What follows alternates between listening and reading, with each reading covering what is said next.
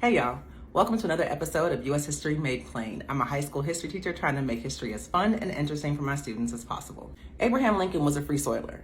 So a lot of people don't talk about this. It's only in a couple books, and some books they don't mention it at all. And a couple books that I've read, it does mention that he was a free soiler. So here's the thing about Abraham Lincoln.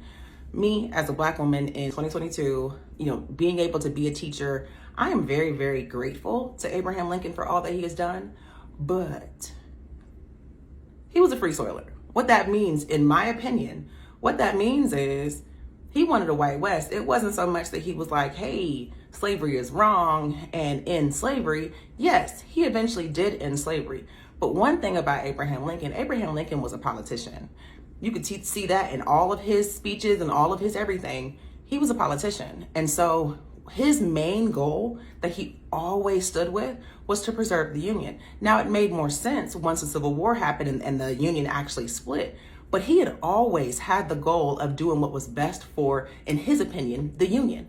And so he was willing to do whatever that was. If that meant that every person in the world needed to have a slave in order for the Union to be okay, that's what he was going to go for. If that meant he needed to end slavery completely, that's what he was going to go for. If that meant we just stop slavery from extending, that's what he was going to go for. He went for whatever needed to be done at the time while he was campaigning. And so I appreciate how things ended up, but he's a free soiler, which means his whole slogan was keep the Black people out the West.